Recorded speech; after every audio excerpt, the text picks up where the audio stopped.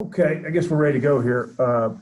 Just number one, like I say, defensively, I thought early on in that second half there, we made a couple mistakes and gave up a couple points there in the first half with penalties and just a couple of trick plays and that type of thing. We should have made plays and didn't, but I know Brad and that defensive staff challenged those guys, and our players challenged each other at halftime.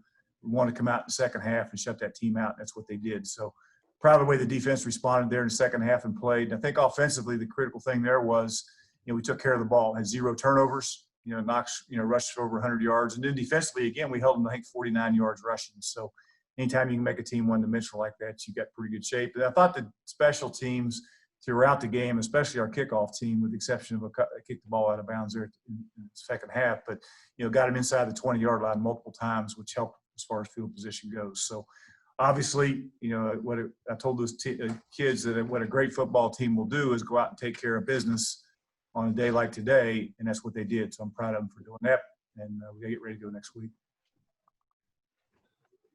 Doc, you've got a few receivers that were out today, and Xavier Gaines really had a couple big plays. You all got him involved early. Was that the plan coming in, knowing that you had a couple of receivers down?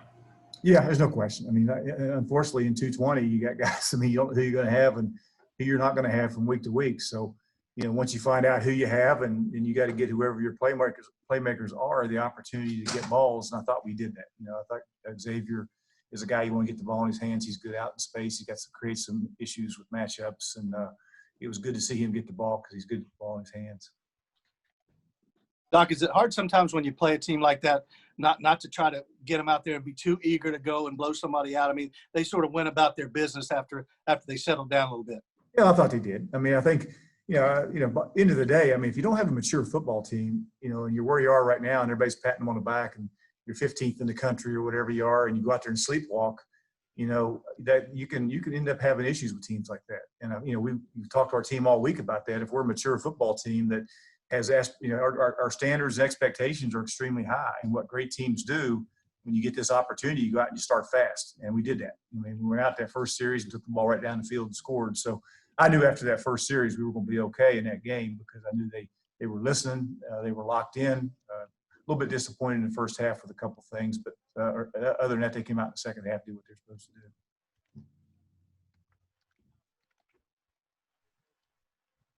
do. I want you to know, Doc, that Grant the last couple of weeks has had a couple interceptions, and I know that you all were wanting to win the turnover battle today. How pleased were you with his decision-making within the contest? Well, anytime you can not turn the ball over, and I think we were 6 out of 7 scoring in the red zone. Offensively, if you can do those two things, you got a great chance to have a great day offensively. And, but fourth quarter, basically in the fourth quarter, we played the entire second. We played the second offense the entire fourth quarter, which was great because, in 220, the way it is right now, I mean, who knows? I mean, those kids at some point may have to play. So that was great to be able to see those other guys get in there and play, a substantial amount of time. So maybe that'll probably help us down the road. You look at, coming up next week, and I know it's going to be an emotional week for everybody within the Marshall community. What message do you send following today's game to those guys about what's coming up this week? Well, they've already got that message after the game. This is the most important game we play all year, not even close. And they understand that, next Saturday it's a game that you better prepare harder than you ever prepared because this game means more to us, our community, our fan base, and our school than any game we'll play all year. You put that 75 on your helmet and put that black jersey on and those black pants, it's time to go play. And it means so much. And, the great thing, our kids embrace that. They understand. And they had a twinkle in their eyes. We were walking out of the locker room because they understand how important this game is. And they'll do a great job preparing. We got to coach harder than we've ever coached. And play harder than they've ever played. And we just got to make sure that happens.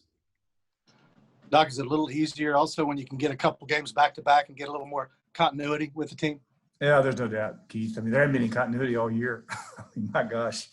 I mean, it's been how many firsts have we had? How many unknowns have we had? How many breaks have we had? And I'm not, I think other than La Tech and Western, I think that's the only back-to-back games we've had.